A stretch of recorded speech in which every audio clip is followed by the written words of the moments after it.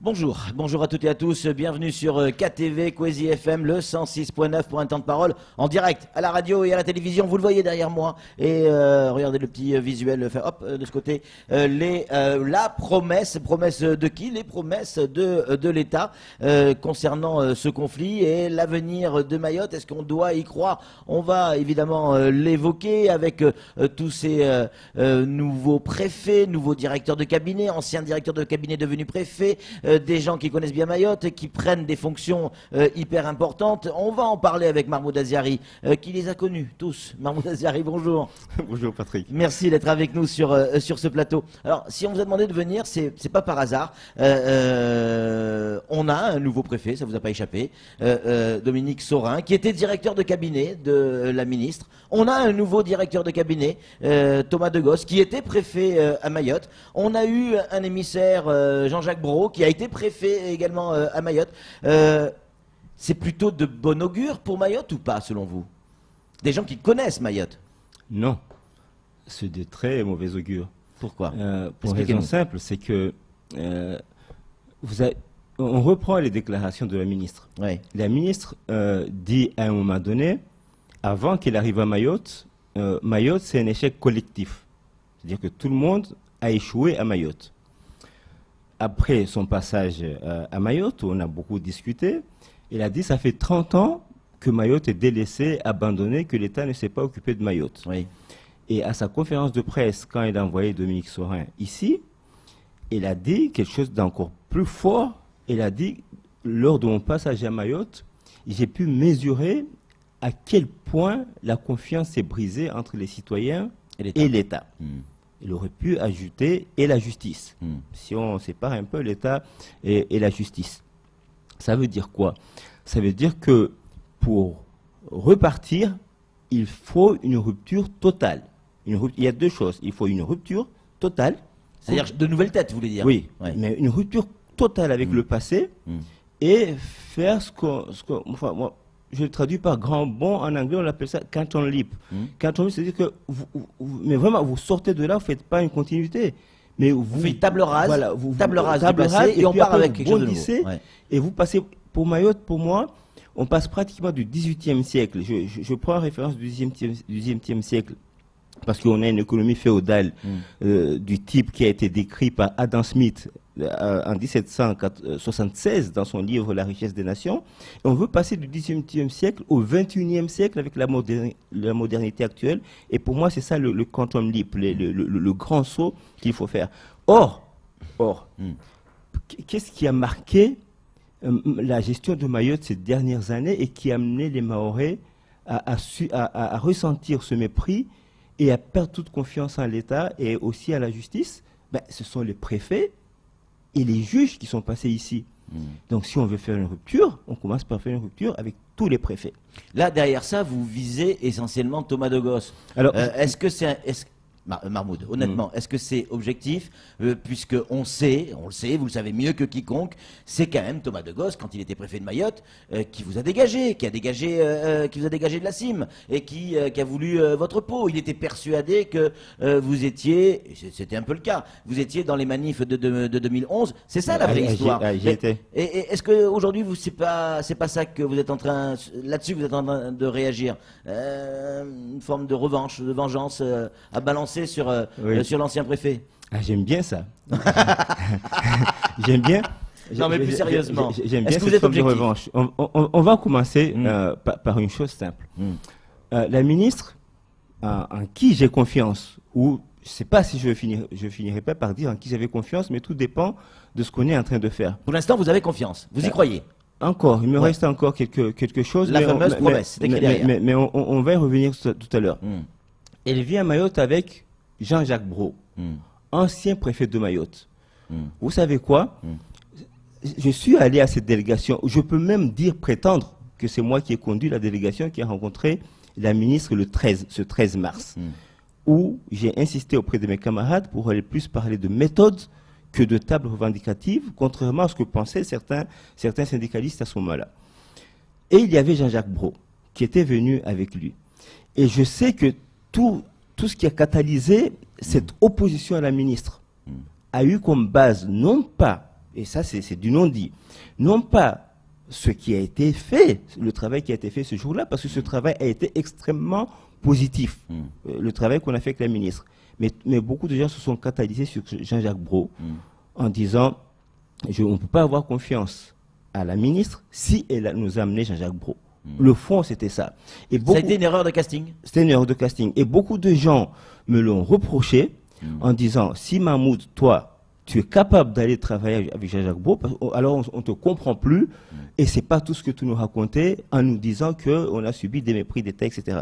Et quand mis sur votre plateau, a même parlé du livre Mayotte en souffrance, en disant, même Mahmoud Ouaziari, il a écrit que Jean-Jacques Brault était un gouverneur des colonies. Alors, je voudrais juste dire pourquoi, à un moment donné, j'ai voulu accepter de travailler avec Jean-Jacques Brault pour qu'on essaie de conduire les choses. D'abord, dans ce livre, en introduction, j'avais commencé par ceci. Je cite Jean-Jacques Brault. Je le cite simplement. Il dit « Le protocole d'arrivée était absolument anachronique, avec la Légion étrangère, le drapeau claquant au vent, et puis tous les chefs des services de l'État alignés ainsi que les conseillers généraux. » Il dit enfin, tout ça était d'une autre époque. Je l'ai vécu de façon absolument cauchemardesque. De fait, j'ai été, pardon de personnaliser les choses, puisque j'ai fait la décentralisation avant ce mois d'avril 2004, de fait, j'avais les pouvoirs d'un quasi-gouverneur de l'Afrique, je ne sais plus quoi. Et je ne sais plus quoi, c'est de l'Afrique coloniale. Donc, d'une certaine façon, pour moi, Jean-Jacques Brault n'a pas dit qu'il était gouverneur. Il a dénoncé le fait que le préfet à Mayotte, de fait, on leur donnait un pouvoir de quasi-gouverneur de colonie. Donc, je me suis dit, un gars aussi franc, je pourrais travailler avec lui. Mais or, c'est pas passé. C'est pas passé. Les Mahorais n'ont pas voulu ça et tout s'est catalysé autour de ça. Et la rupture s'est faite là et on a perdu un mois à cause de ce couac qui a été fait par une ministre dont je pense qu'elle est sincère avec nous et qu'elle a vraiment envie de faire. Elle n'avait pas ce recul sur l'histoire de Mayotte. Il lui manquait des éléments. Je pense qu'il lui manquait des éléments. Elle a été très mal conseillée. Des gens ont dû lui dire que Jean-Jacques Brault était un ami de Bamana, très proche, qu'il aime beaucoup Mayotte. Or, ici, il peut être aimé par 9 personnes sur 10. Une personne sur 10 est capable de tout foutre en l'air. Il ne faut pas qu'il y ait dans ces préfets de Mayotte. Et là, vous pensez qu'il y a eu la même erreur de casting avec Thomas de Gosse? Je pense que c'est encore beaucoup plus grave. C'est encore beaucoup plus grave. Pourquoi? Parce que d'abord, Thomas de Gosse, vous venez de dire, c'est lui qui m'a dégagé de la CIM. C'est absolument vrai. Mais pourquoi il m'a dégagé de la CIM? Pour moi, il m'a dégagé de la CIM uniquement parce que les grands patrons de Mayotte voulaient que je sois dégagé de la CIM parce que le fait que je dirigeais la CIM n'est pas compatible avec leurs intérêts de court terme. Je l'ai démontré dans un livre, je l'ai démontré dans des tas de chroniques. Et je considère que Thomas de Gosse a toujours illustré cette collusion de l'État avec les grands groupes ici. Alors, il pourrait me poursuivre pour diffamation. Il y a des tas de choses que je n'ai pas mises dans le livre. Mais je vais illustrer par une seule chose. Il a commencé à avoir une dent contre moi après la grève. Mais qu'est-ce que moi j'ai fait concrètement après la grève, pendant la grève, à part avoir marché comme tout le monde? Vous avez conseillé aussi économiquement sur la fameuse grève. J'ai lu le rapport de l'expert.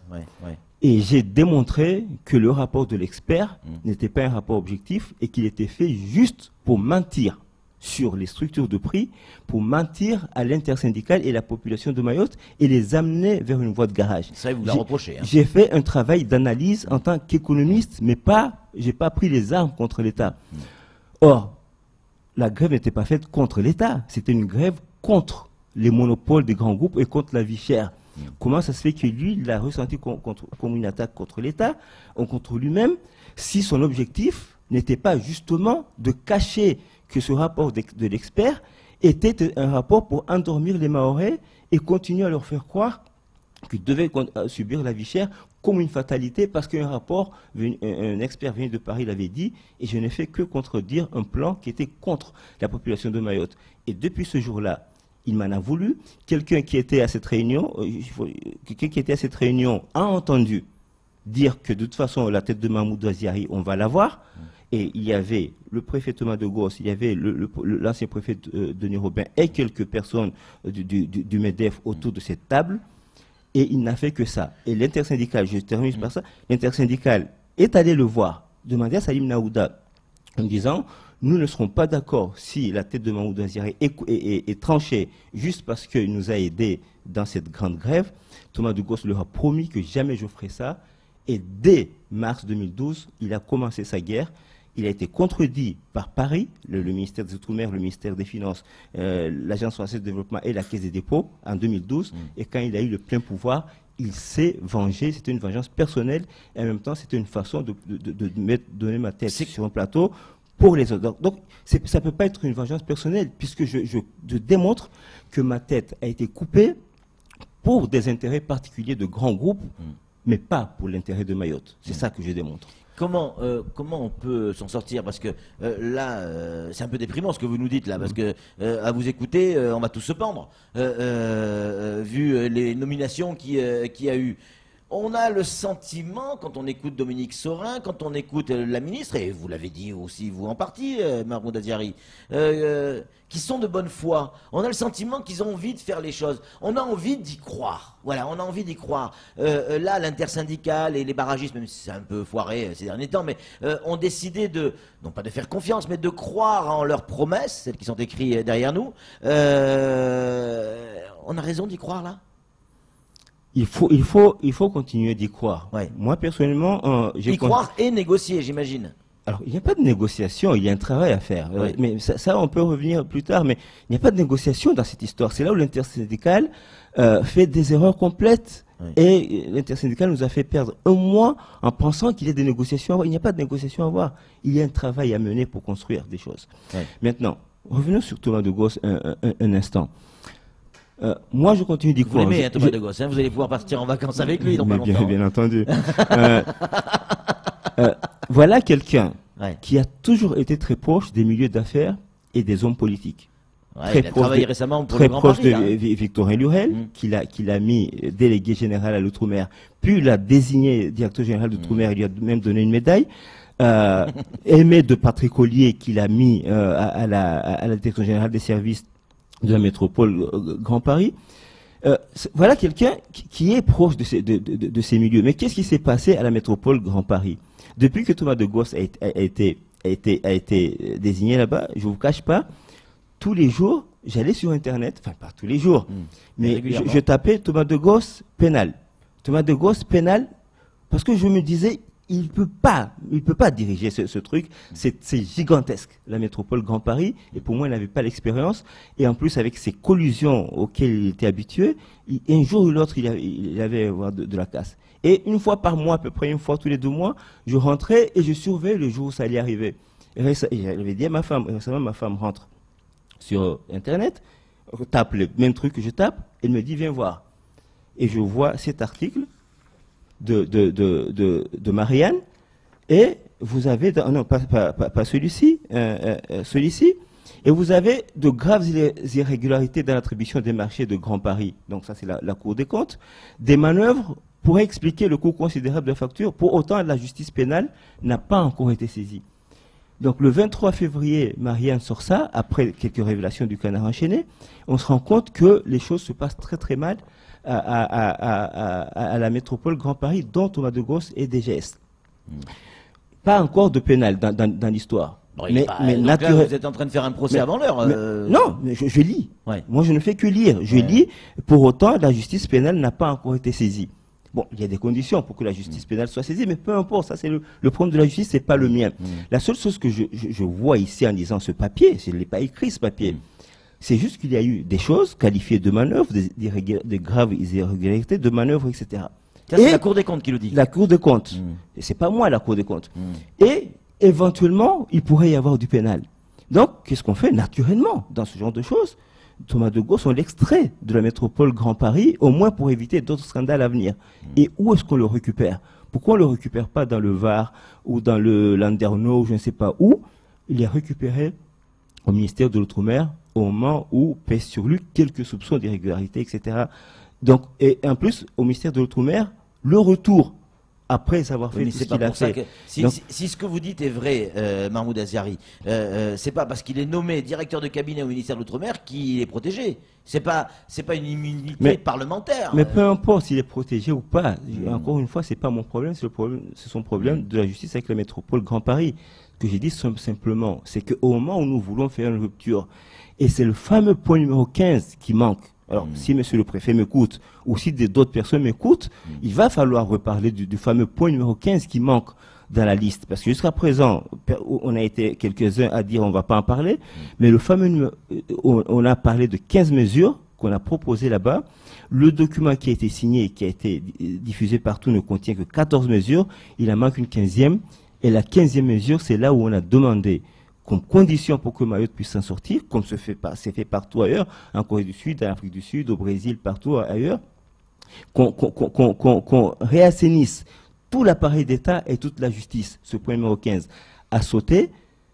Et je vois qu'aujourd'hui, au moment où on demande ici à ce qu'on mette que des gens qui sont ultra compétents à Mayotte et qu'on mette que des gens qui sont honnêtes et compétents au niveau de la justice et qu'on combatte la corruption ici, comme le syndicat de la magistrature lui-même l'a demandé, on va mettre à la direction du cabinet du ministère quelqu'un qui a prouvé son incompétence en gérant une structure, et donc prouvé qu'il est incompétent, qu'il n'a pas su faire le job, et qui en plus a déjà un passé qui est lourd à Mayotte pendant son passage. Donc, il n'a pas eu de bol non plus, il est arrivé en pleine grève, il est arrivé en 2011 lui. Il a pris la grève en pleine gueule. Mais tout le monde, Dominique Sorin aussi, il a pris la grève en pleine gueule, tout le monde. Tous les autres pratiquement sont arrivés comme ça. Mayotte bouillonne tout le temps, il ne se passe pas un an ici sans qu'il y ait un mouvement. C'est pas ça le truc.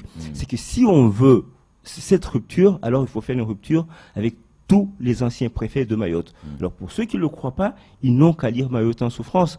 Je décris chaque passage d'un préfet ici, toutes les choses qui se sont passées. Mais pour moi, je le dis, alors c'est peut-être pas objectif, mais pour moi le pire de tous les préfets qui sont passés ici a été Thomas de Gos, et l'avoir au ministère des Outre-mer n'est pas du tout un bon signe. Alors je continue de croire que l'expérience de Dominique Sorin va compenser cette bêtise.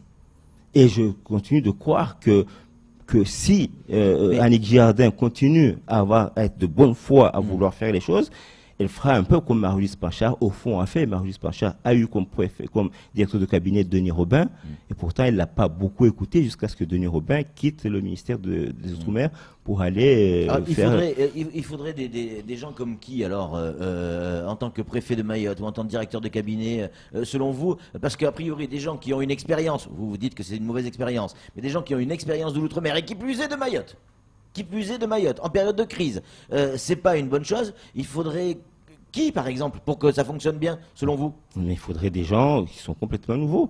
Mais il faut une rupture.